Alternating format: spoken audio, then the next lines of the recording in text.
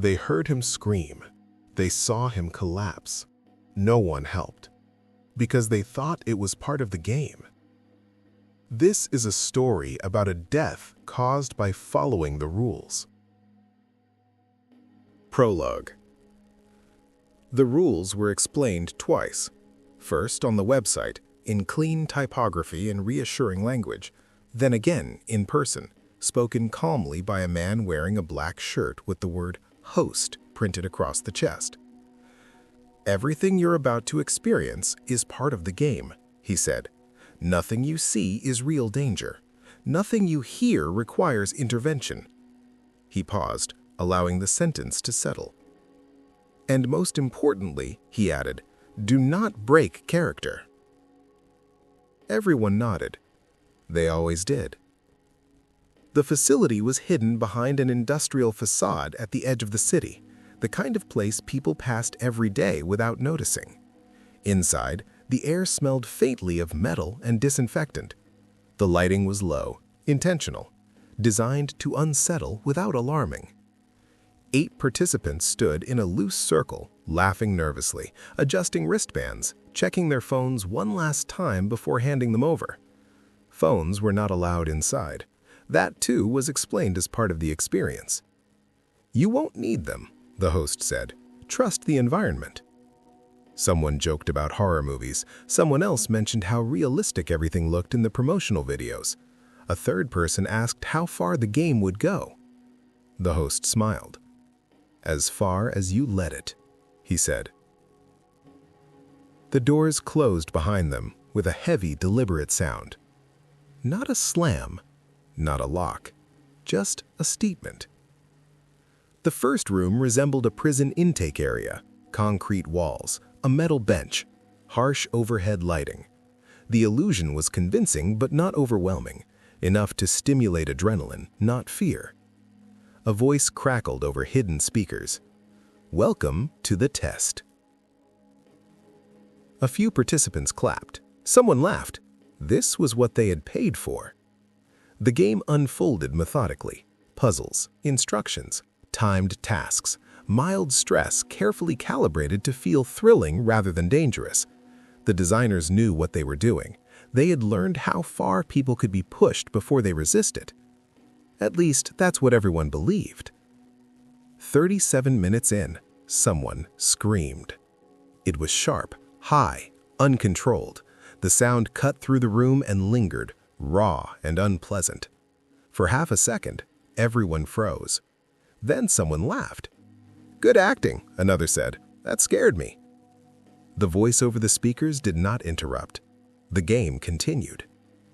The man who screamed was named Aaron Cole. He had been standing near the back of the group, quieter than the others, more observant. When the scream came, he doubled over slightly, one hand pressed to his side. "Are you okay?" someone asked. Aaron looked up, breathing hard. "Yeah, part of it, right?"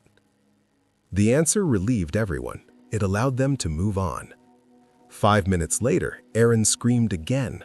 This time, the sound broke into something else: panic, confusion, pain that did not follow a script.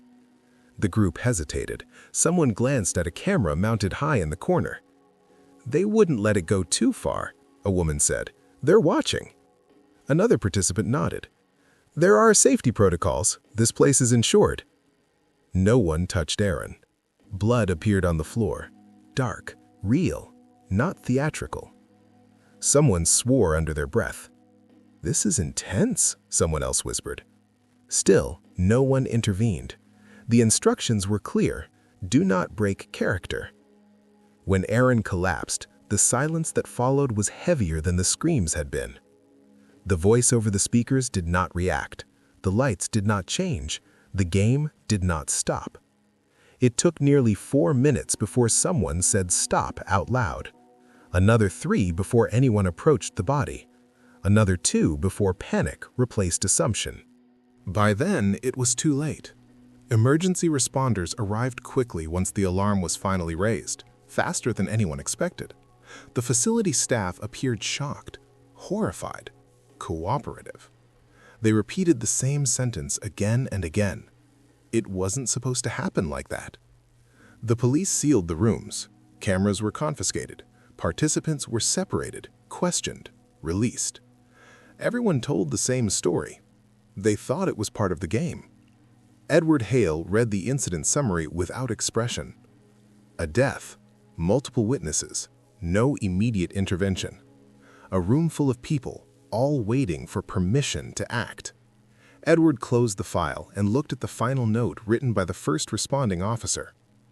Victim was visible to all participants for the duration of the incident. Edward underlined the sentence once. Then he wrote a question beneath it. If everyone saw it, why did no one stop it? Edward stood outside the facility later that night. The building was dark now, silent, the illusion dismantled. He imagined the moment when the scream first echoed through the room, the moment when help was still possible, the moment when everyone chose the rules instead. Edward turned away. This was not a story about traps or games. It was a story about obedience, and about what happens when people confuse permission with morality. Chapter 1. Welcome to the experience. Edward Hale began where most investigations did not with the crime itself, but with consent. Every participant in the game had signed the same document, 12 pages, clean language, carefully balanced phrasing, no obvious red flags, no threats, no coercion, just a series of acknowledgments, each one smaller than the last, each one easier to agree with than to question. Edward read the form slowly. I understand that I may experience stress. I understand that simulated danger may feel real. I agree not to interfere with the experience unless instructed. Edward paused. The final sentence appeared harmless, reasonable even. It framed obedience as cooperation, restraint as intelligence. It did not say do nothing, it said wait. Edward underlined it. The facility's founders described their project as immersive psychological-based entertainment. They spoke confidently about audience research, stress thresholds, and behavioral design. Everything had been tested, everything had been measured. Every reaction had been predicted. Except one. Edward listened to their presentation recordings. We wanted to create something that felt real, one of them said, smiling proudly, but never dangerous. Edward wrote in the margin, reality does not announce itself. The participants arrived voluntarily. Friends, co-workers, acquaintances, people who trusted one another enough to share fear in a controlled environment. That mattered. Familiarity lowered resistance. Shared context reduced doubt. Edward reviewed their intake interviews. No one described feeling unsafe at the start. Several described excitement. One described relief, finally doing something unpredictable. Edward closed the folder. People did not enter danger thinking they were brave. They entered thinking they were safe. Edward reconstructed the opening minutes of the game. The instructions were delivered calmly. No shouting, no theatrical menace. The host's voice had been steady, professional, reassuring. The emphasis had not been on fear, but on participation. Trust the process, the host had said. Edward noted how often that phrase appeared. Trust the process, trust the system, trust the experience. Trust removed the need for vigilance. Edward studied the cameras. The participants entered the first room smiling, nervous but amused. They reacted to the environment with curiosity rather than alarm, touching walls, testing props, commenting on details. Someone joked that it felt too real. No one asked what too real meant. Edward paid close attention to the moment the rules were reinforced. Do not break character. The phrase was repeated twice, once casually, once formally. Edward noted the effect. The instruction reframed morality as disruption. Helping too early became a violation. Questioning the situation became selfish. Edward wrote, rules override instinct when framed as shared responsibility. Edward interviewed one of the participants later. Did you ever think about stopping the game? Edward asked. The man hesitated. I thought about it, he said, but everyone else seemed fine. Edward nodded. And when Aaron screamed the first time, Edward asked. The man sighed. It sounded real, he admitted, but everything sounded real. Edward wrote that down. When realism is expected, authenticity loses meaning. Edward reconstructed the social dynamic. No one wanted to be the first to interrupt. No one wanted to ruin the experience. No one wanted to admit they didn't understand what was happening. Uncertainty spread, but it did not escalate. It stabilized. Edward focused on the hosts.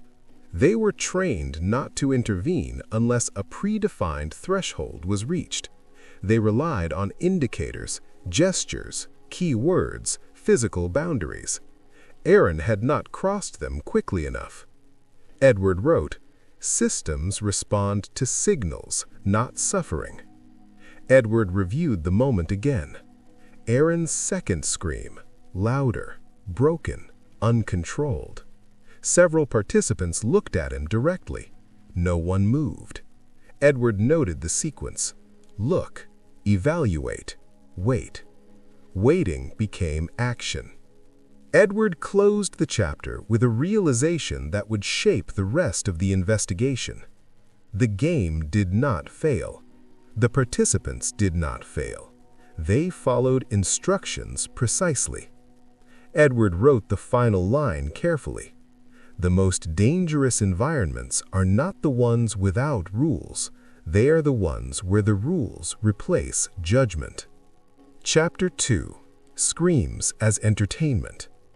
Edward Hale did not describe what happened to Aaron Cole as indifference. That would have been too simple. Indifference implied absence of feeling. What happened in that room was the opposite. The participants felt too much: excitement, tension, anticipation, and именно поэтому не смогли распознать реальную опасность. Edward knew this pattern well. Strong emotion did not sharpen perception, it narrowed it. He reviewed the audio recordings again. The first scream was brief, startling, high-pitched. It cut through the room in a way that forced attention. Several participants flinched. One stepped back instinctively. But then nothing followed. No escalation. No interruption from the system. No authoritative voice telling them to stop. The silence that followed redefined the scream retroactively. Edward wrote, "If nothing reacts, the brain assumes nothing is wrong." Edward listened to the second scream. This one was different. It carried breathlessness, irregular rhythm, a break in control, pain that did not follow theatrical timing. Edward paused the recording midway. This was the moment intervention was still possible. He marked it carefully. Edward interviewed a woman who had been standing closest to Aaron. She looked at him, she said, "I remember thinking, that's a lot. That's more than acting." Edward nodded. "And then?" he asked. She hesitated. "And then I looked at the camera," she said. "I thought, if this was real, someone would stop it." Edward wrote, "Authority replaces instinct." Edward reconstructed the social loop. The scream occurred. The brain flagged danger. The environment contradicted it. When perception conflicted with context, context won. That was the rule. Edward examined the lighting cues. Nothing changed when Aaron screamed. No alarms, no shift in tone. The atmosphere remained consistent, carefully neutral. Edward noted the design choice. Consistency discouraged reassessment. Edward reviewed the behavior of the other participants. No one laughed during the second scream. No one joked, but no one moved either. They had entered a collective pause. Edward wrote, "The crowd waits for permission to panic." Edward questioned another participant. "Why didn't you help him?" Edward asked. The man looked uncomfortable. "I thought about it," he said, "but I didn't want to make it worse." "Worse how?" Edward asked. "By interfering," the man replied. "By doing something wrong." Edward nodded. Wrong had become a greater fear than inaction. Edward studied the camera footage frame by frame. Several participants shifted weight. One reached out, then stopped. Another took a half step forward, then froze. Edward marked these micro-movements. These were aborted rescues, not because they didn't care, but because caring conflicted with compliance. Edward returned to the phrase again. Do not break character. He wrote it at the top of the page. Below it, he listed what it had replaced. Help, interruption, moral urgency. Edward drew a line through them. Edward considered entertainment.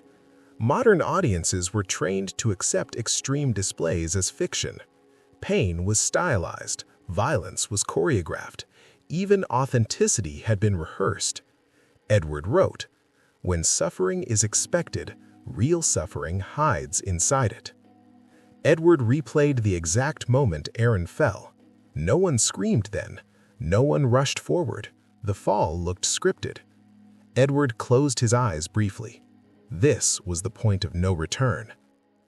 Edward spoke with one of the hosts later. "We didn't hear the screams as danger," the host said. "We heard them as intensity."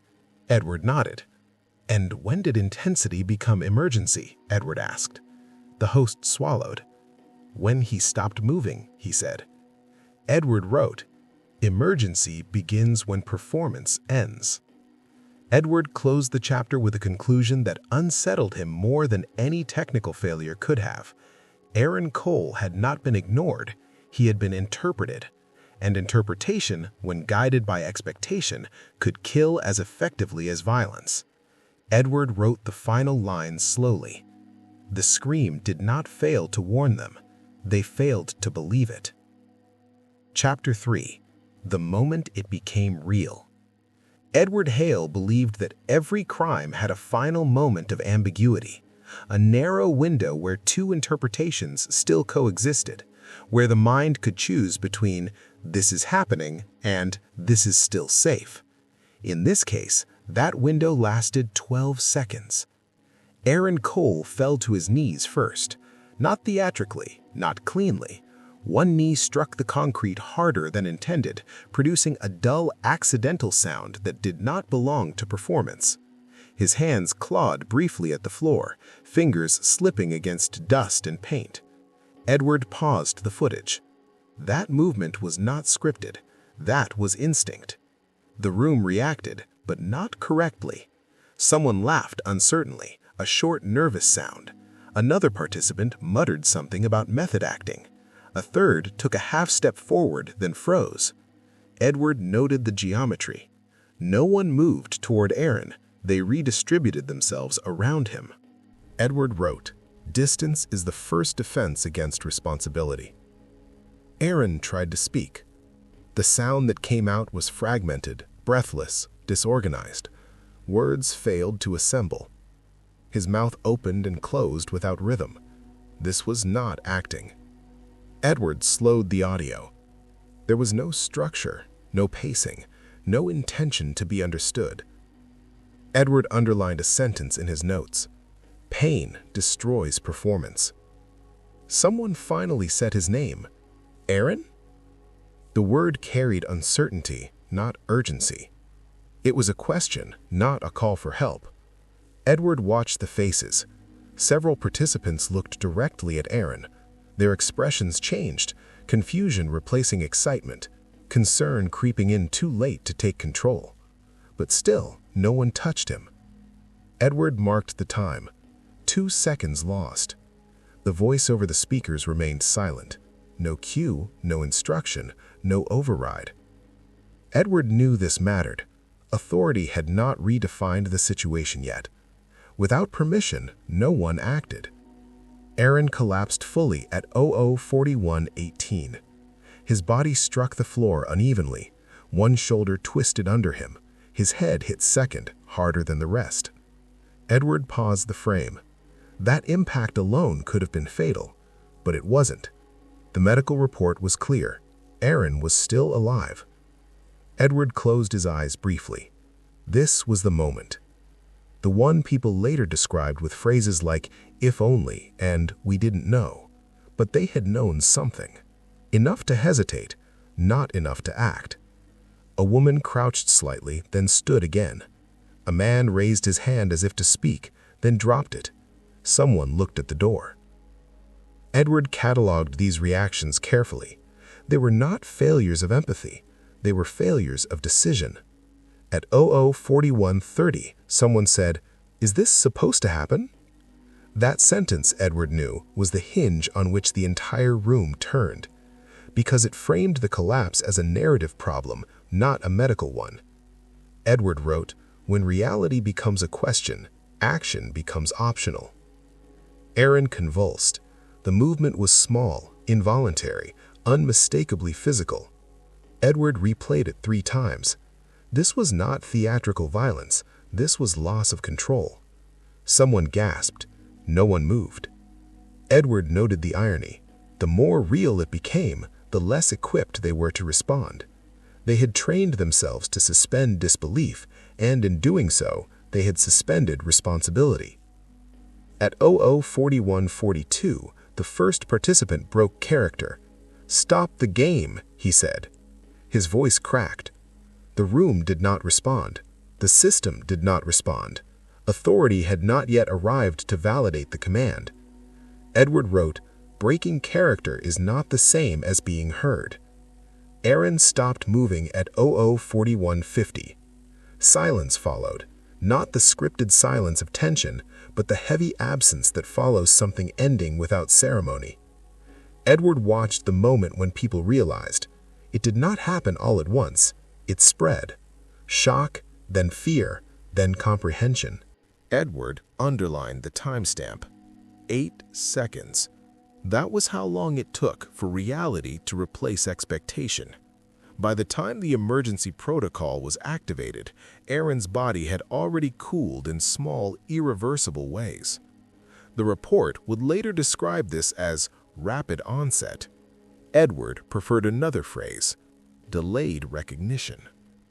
Edward closed the chapter knowing something worse than the act itself had occurred. Aaron Cole had not died alone. He had died surrounded by people who were waiting for permission to help.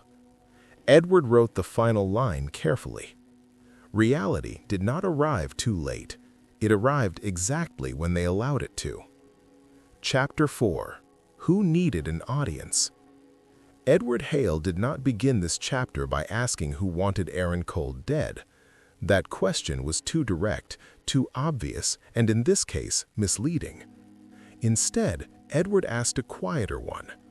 Who needed Aaron Cole to be seen while he was dying?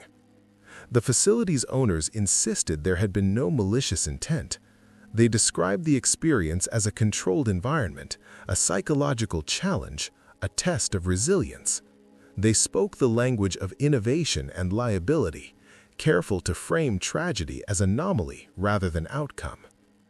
Edward listened without interruption. "We never intended harm," one of them said. "The design was about immersion."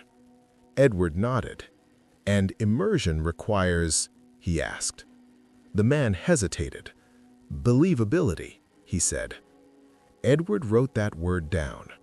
Believability was expensive. It required realism, escalation, unpredictability. It required pushing participants close to discomfort without crossing into panic. That balance was difficult to maintain and even harder to sell. Edward reviewed internal design notes. Participants respond more intensely when observed by peers. Group dynamics increase compliance. Intervention decreases when responsibility is shared. Edward closed the folder. This had not been accidental insight. It had been strategy. Edward considered Aaron Cole again. Aaron had not been chosen randomly. He was observant but quiet, responsive but non-confrontational. He asked questions but rarely challenged authority. In group settings, he deferred easily.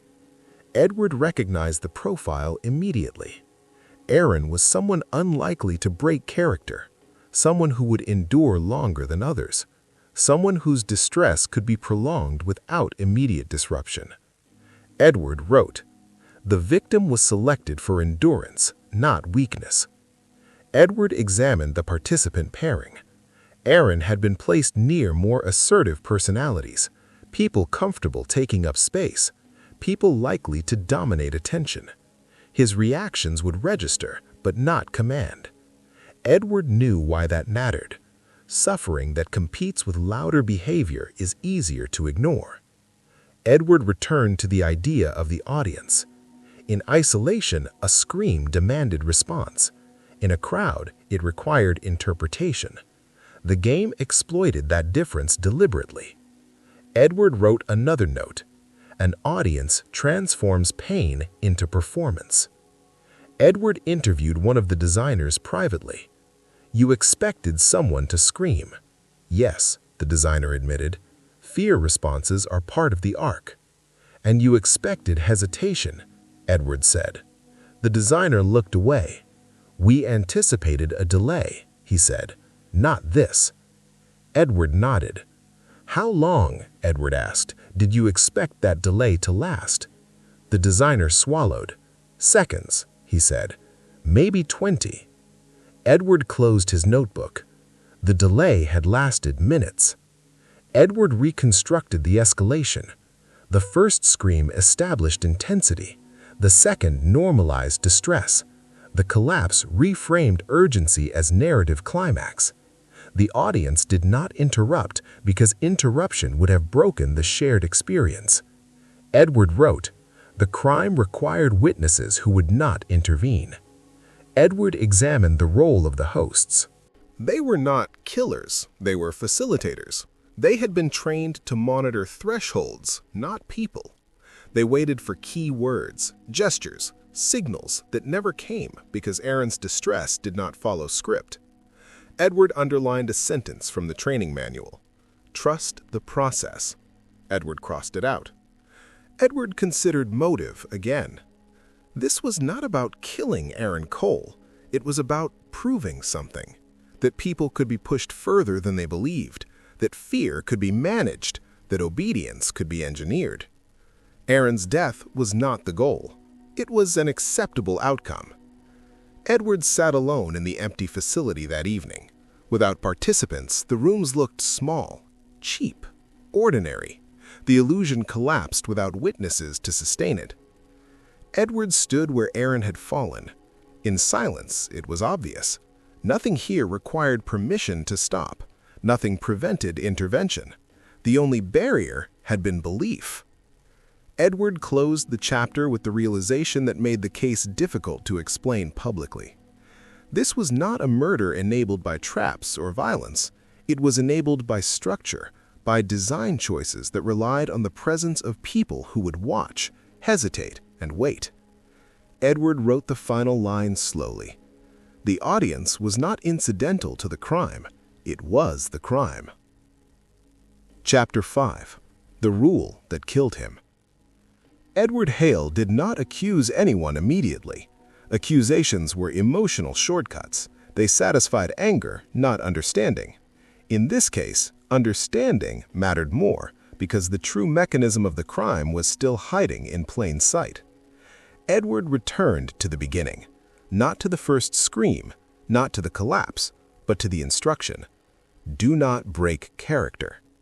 The sentence appeared everywhere, on the website, in the waiver, in the briefing room, in the host's voice repeated twice with casual authority. Edward wrote it again at the top of a blank page. Then he wrote what it replaced. Help. Intervene. Stop. Edward stared at the list. Rules did not forbid action explicitly. They made action feel inappropriate. Edward gathered the participants' statements and arranged them chronologically. The same phrase appeared again and again, in different forms. I didn't want to ruin it. I thought someone else was supposed to step in. I assumed it was still part of the experience. I didn't know if we were allowed to interfere. Allowed? Edward underlined the word. No one had asked whether Aaron needed help. They had asked whether help was permitted. Edward returned to the hosts. They were young, nervous, exhausted. They had not slept since the incident. They repeated the same explanation, not defensively, but desperately.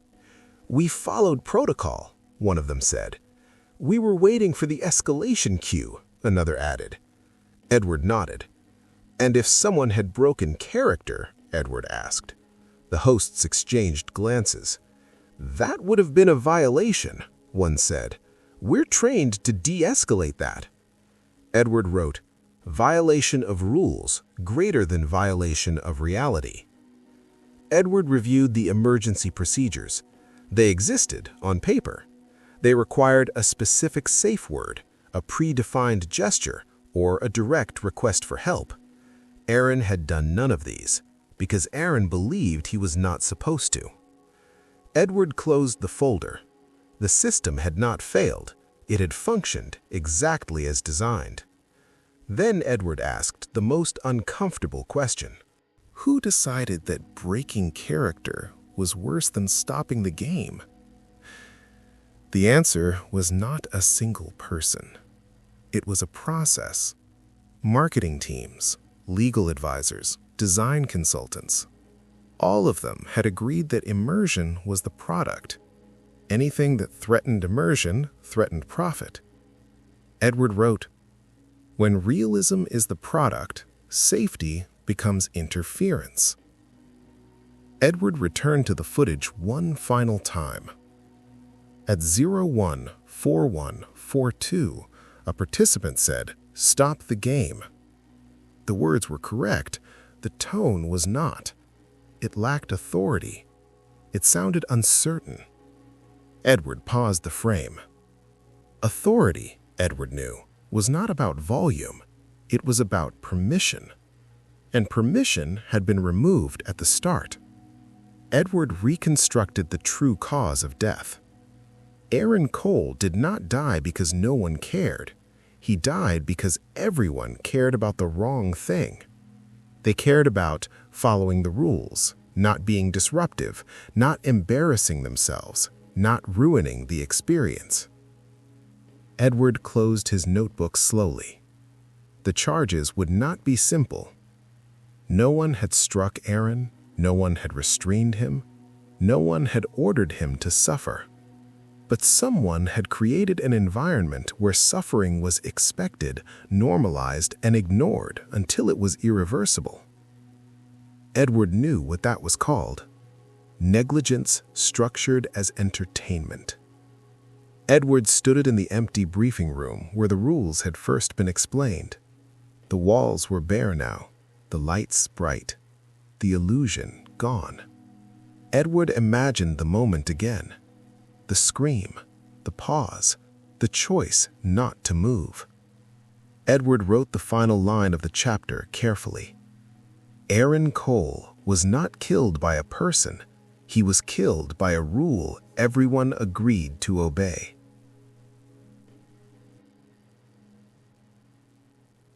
Epilogue. When obedience feels safe. Edward Hale did not attend the press conference.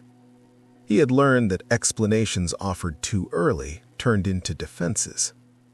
People listened only long enough to decide who was to blame, and once that decision was made, nothing else mattered. The facility issued a statement instead. It spoke of tragedy, of cooperation, of suspended operations and internal reviews. The word obedience did not appear once. The building stood empty now. Posters had been removed from the windows. The website went dark. Refunds were processed automatically. Online discussions shifted from shock to distance with alarming speed. People always needed to believe this kind of thing was rare. Edward walked through the rooms alone, escorted by an officer who did not speak unless spoken to. Without sound design and lighting cues, the spaces looked small, ordinary, almost embarrassing in their simplicity. The place did not look dangerous. That was the point. Edward stopped in the room where Aaron Cole had died. The floor had been cleaned thoroughly, too thoroughly. Nothing marked the exact spot anymore. No stain, no scuff, no trace that would demand attention. Edward stood there for a long moment. He imagined the scream again. Not the sound, but the decision it had forced on everyone who heard it. To act or to wait. Everyone had waited. The legal process would be complicated. Responsibility would be distributed carefully, diluted across documents, meetings, and risk assessments. No one intended harm. Everyone followed procedure. Every decision could be defended in isolation. Edward knew how that ended. The system would survive intact. Only the language would change. Edward left the building and walked into the evening crowd. People passed him, laughing, talking, checking their phones. A group stood nearby, arguing playfully about an escape room they had just completed. Someone said it had been intense. Someone else said they'd do it again. Edward kept walking. He opened his notebook one last time. He did not write about the game. He did not write about the hosts. He did not even write about Aaron Cole. He wrote a single sentence and closed the book. The most dangerous rule is the one that makes doing nothing feel responsible. Edward Hale disappeared into the city. Somewhere else, another experience was being designed. Another waiver was being drafted. Another set of rules was being explained calmly, professionally, twice. And somewhere, someone would hear a scream and pause, just long enough to decide whether they were allowed to help. Sometimes, that pause was all it took. He wasn't killed by a person. He was killed by a rule everyone agreed to obey. If you want more detective stories where the crime hides inside normal behavior, subscribe to the channel. The next case won't look dangerous either.